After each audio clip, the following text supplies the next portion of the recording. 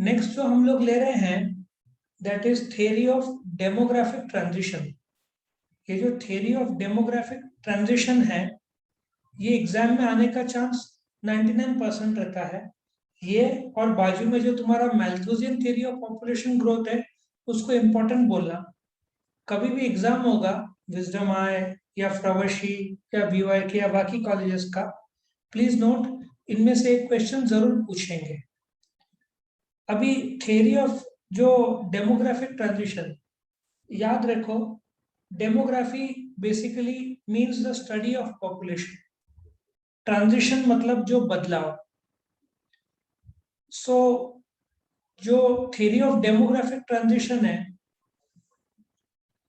दो जन ने मिलकर एजी कोल और ईएम हुअर, इन लोगों ने मिलकर एक बुक लिखी, population growth and economic development in low income countries. उसमें उन्होंने स्टडी किया जो पॉपुलेशन का इतने साल से ग्रोथ हुआ, और जो ग्रोथ हुआ उसको 3 स्टेजेस में बांटा। जो भी पॉपुलेशन ग्रोथ होता है उसको 3 स्टेज में बांटा। कोई भी देश ले लो, यदि तुम 100-200 साल पुराना चले जाओ, फर्क नहीं था ज्यादातर देशों में। So he calls the first stage जो है वहां पे पॉपुलेशन का ग्रोथ लो रहता है। लो रहता है इसका मतलब ये नहीं कि लोग समझदार रहते हैं, सिचुएशन ही ऐसा रहता है कि पॉपुलेशन लो हो जाता है। अब मैंने तुमको ऊपर बताया था कि सर्वाइवल रेट जो है वो birth rate minus death rate होता है। फर्स्ट स्टेज मतलब तुम 200 साल पुराना या पहले चले जाओगे तो बर्थ रेट भी बहुत ज्यादा था, लोग बच्चे ना हो इसके लिए जो प्लानिंग उस समय इतना नहीं था। लेकिन डेथ रेट भी उतना ही ज्यादा था क्योंकि बीमारियां बहुत थे। तो बर्थ रेट बहुत ज्यादा, डेथ रेट बहुत ज्यादा, और खास करके इंडिया में जहाँ पे गांव में rather than delivering the child in the hospital या बेबी इन द हॉस्पिटल, लोग घर पे डिलीवर करते थे। यदि इमरजेंसी में कुछ सीजरियन आ गया तो क्या करेंगे? तब तो माँ और बच्चा दोनों का जान खतरे में आ जाता है, तो तब तो बेस्ट हॉस्पिटल ही रहता है। आजकल समझदारी बढ़ा है लोगों में, लोग हॉस्पिटल में जाकर ही डिलीवरी करते हैं। लेकिन बोलने का तात्पर्य यह है कि बर्थ रेट और डेथ रेट उस समय बहुत ज्यादा था। If you go back couple of 100 years back, जहां पे अपना देश पूरी तरीके से अनडेवलप्ड था। ठीक है, ये हुआ तुम्हारा पहला स्टेज। पहला स्टेज में क्या होता है बताओ? बेरोजगारी, सुपरस्टिशन।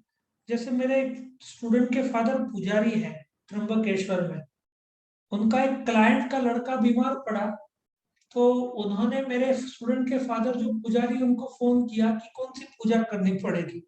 तो मेरे स्टूडेंट के फादर ने बोला उसको हॉस्पिटल ले जाओ। तो ऐसी हालत है, सुपरस्टिशन, लोग बीमार हुए तो भी पंडित को पूछते हैं। गरीबी, मेडिकल फैसिलिटीज के कमी की वजह से अपना पॉपुलेशन का डेथ रेट भी बहुत फास्ट हो रहा था और बर्थ रेट भी बहुत ज्यादा था। ये पहला स्टेज है। पहला स्टेज में क्या होता है बताओ? लो बर्थ रेट और लो डेथ रेट। जो सेकेंड स्टेज है जिसको high growth rate of population बोलेंगे, यहाँ पे क्या होता है? इंडस्ट्रियलाइजेशन होता है जिसके वजह से इकोनॉमिक डेवलपमेंट होता है। इकोनॉमिक डेवलपमेंट होता है तो डेथ रेट गिरने लगता है, क्योंकि क्या होता है, हॉस्पिटल बनने शुरू हो जाते हैं। आज अपने देश में 8 लाख डॉक्टर्स हैं, 9 से 10 लाख मेडिकल शॉप्स हैं। तो विद इन 5 किलोमीटर्स या 10 किलोमीटर्स के रेडियस में एक हॉस्पिटल तो तुमको मिल ही जाएगा। मैं नासिक की बात कर रहा हूँ। सो देखा जाए तो इकोनॉमिक डेवलपमेंट की वजह से, खास करके ट्रांसपोर्टेशन और मेडिकल और हॉस्पिटल की सुविधा की वजह से डेथ रेट गिरने लगता है। 100 साल पहले जिसको मलेरिया हो गया वो तो गया, वैसी वाली बात थी। जो आज कोविड की वजह से प्रॉब्लम हुआ है, वही 100 साल बाद जिसको भी कोविड होगा 3-4-5 दिन में रिकवर हो जाएगा, वो मरने के चांसेस बहुत कम रहेंगे। जैसे कि मलेरिया से मैंने किसी को सुना नहीं मरते हुए, मुझे खुद को हुआ था, 3-4 दिन में रिकवर। हाँ, हालत खराब होता है बात अलग है, लेकिन दवाइयाँ बहुत अच्छे अच्छे हैं। सो प्रॉब्लम ये हुआ है कि बर्थ रेट भी बढ़ा है अपने देश में। अभी cause of high birth rate अपन आगे के क्वेश्चंस में देखेंगे, लेकिन सबसे इंपॉर्टेंट है डेथ रेट घटा है। एक जमाने में अपना एक लाइफ स्पैन होता है कि एक आदमी जब जन्मेगा तो कितने साल जिएगा। अपने देश में लाइफ स्पैन मुश्किल से 29 ईयर्स था, कि एक आदमी का जन्म होता है तो वो ज्यादा से ज्यादा 29 ईयर्स जिएगा, एवरेज की बात थी, लाइफ स्पैन की बात थी। इसका मतलब मैं तो आज जिंदा ही नहीं रहना चाहिए था। लेकिन आज के तारीख में इंडिया का लाइफ स्पैन 69, 68, 69 के एज है। तुम बोलोगे तो बहुत ज्यादा है। अमेरिका जापान में तो ये 78 का आंकड़ा है, वहां पे नॉर्मल इंसान 78 तक जीता है। सो और अपना लाइफ स्पैन तो बढ़ ही रहा है, ठीक है ना। High growth rate of population. और ये इंडिया थोड़ा सा अभी सेकेंड स्टेज के एंड में आ गया, इंडिया अभी थर्ड स्टेज में आ रहा है।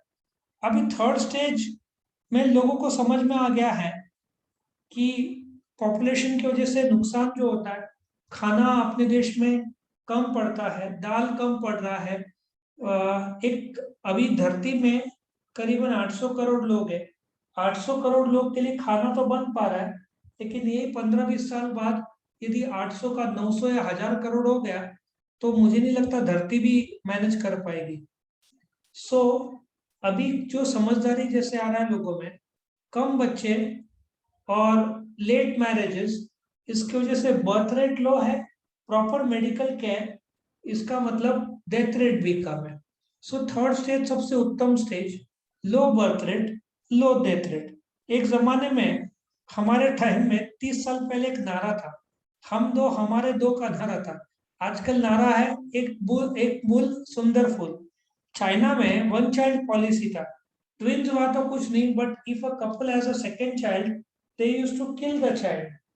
लेकिन अभी वो लोग देख रहे हैं कि चाइना में पॉपुलेशन बूढ़ों का बढ़ रहा है और प्रॉब्लम हो रही है, तो उन्होंने यही साल वन चाइल्ड पॉलिसी हटा दिया।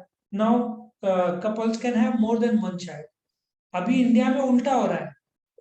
जैसे कि वो शायद कायदा में लेकर आएंगे, यदि किसी के 2 से ज्यादा बच्चे रहे तो उनको कोई गवर्नमेंट जॉब नहीं मिलेगा और इनकम टैक्स बेनिफिट कुछ जगह पे नहीं मिलेगा।